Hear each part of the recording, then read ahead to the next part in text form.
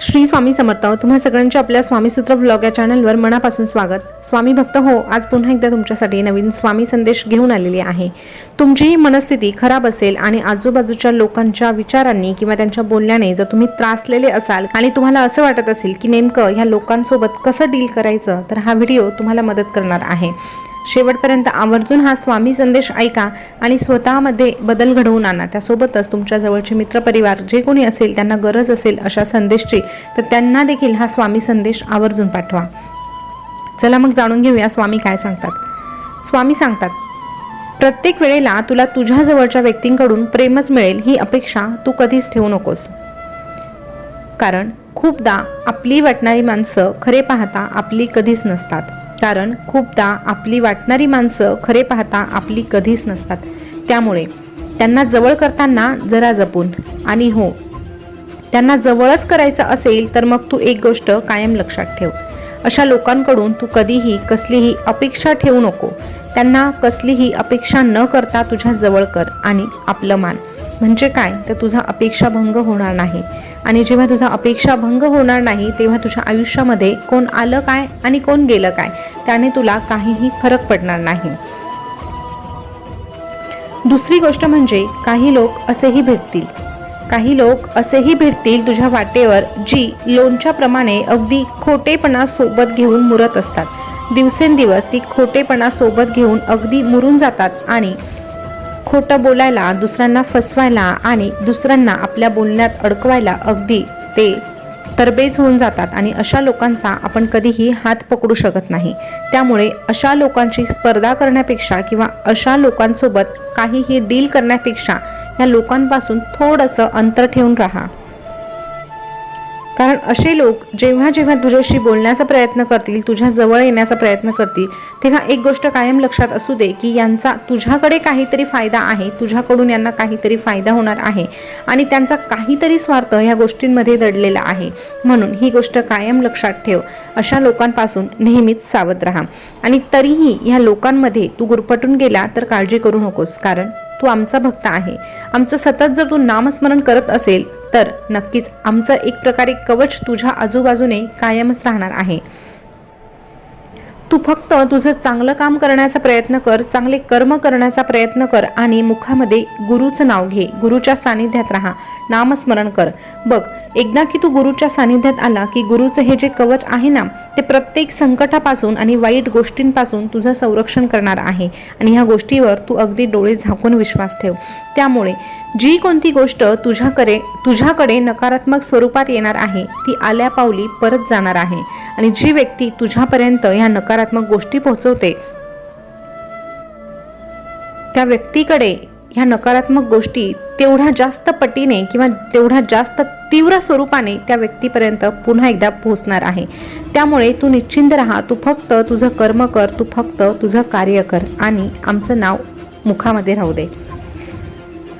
स्वामी पुढे सांगतात, हल्लीच्या या काळामध्ये, या कलियुगामध्ये कुणाशीही वाद घालून स्वतःची आणि दुसऱ्यांची इम्युनिटी कमी करून घेऊ नकोस. कधीही वेळ वाया घालवू नकोस.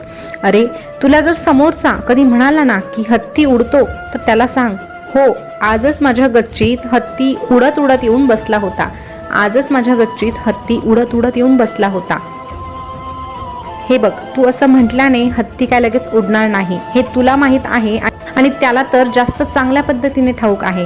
परंतु तू असं म्हटल्याने होणार काय आहे, तर ती वेळ मारून नेण्याचं काम होणार आहे. आणि त्या वेळेमध्ये वाद घालण्यापेक्षा किंवा मनस्ताप करून घेण्यापेक्षा आणि तुझं जे सत्य आहे किंवा तुला जे पटवून द्यायचं आहे ते त्या व्यक्तीला समजवण्यापेक्षा तुझा वेळ त्या ठिकाणी वाचणार आहे आणि ती समोरची व्यक्ती आपोआपच शांत होणार आहे. कारण तिच्याकडे बोलण्यासारखं, वाद घालण्यासारखं काहीही राहणार नाही. आणि म्हणूनच कधी आयुष्यामध्ये असे प्रसंग आले ना की तुला 2 पावलं माघार घ्यावी लागली, तर आवर्जून घे. कारण ती माघार घेणं तुझ्यासाठी दोन पावलं पुढे जाण्या इतकंच महत्त्वाचं ठरणार आहे. त्यामुळे परिस्थितीशी जुळवून घ्यायला शिक आणि परिस्थितीप्रमाणे उत्तरं द्यायला शिक. स्वामी पुढे सांगतात की स्वतःला नेहमी सांगत राहा की आता जी परिस्थिती आहे त्यावरून घाईत निर्णय घेऊ नकोस.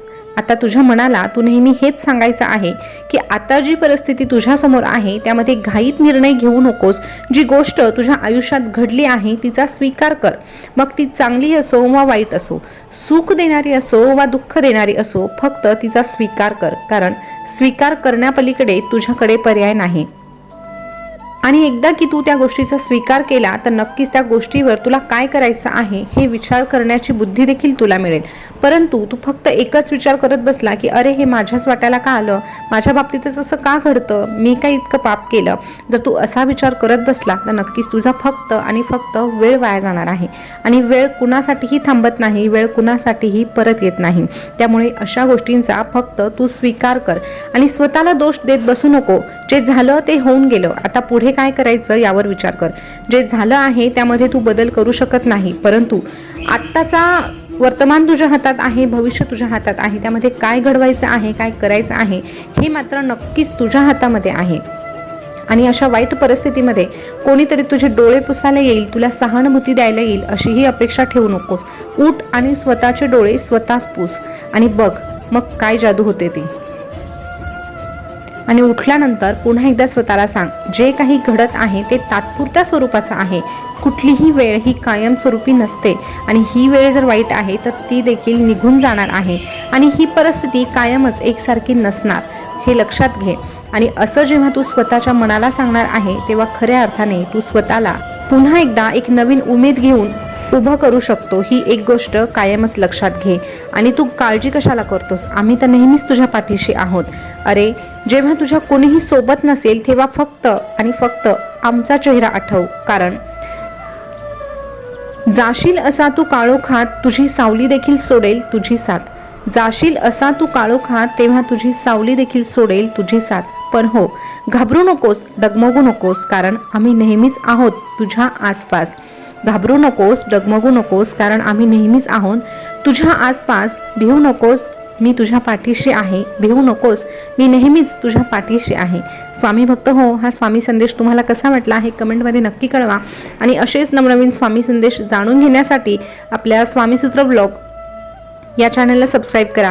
पुन्हा भेटू या नवीन स्वामी संदेश घेऊन. तोपर्यंत स्वस्त रहा, मस्त रहा आणि आपले स्वामी संदेश ऐकत रहा. धन्यवाद.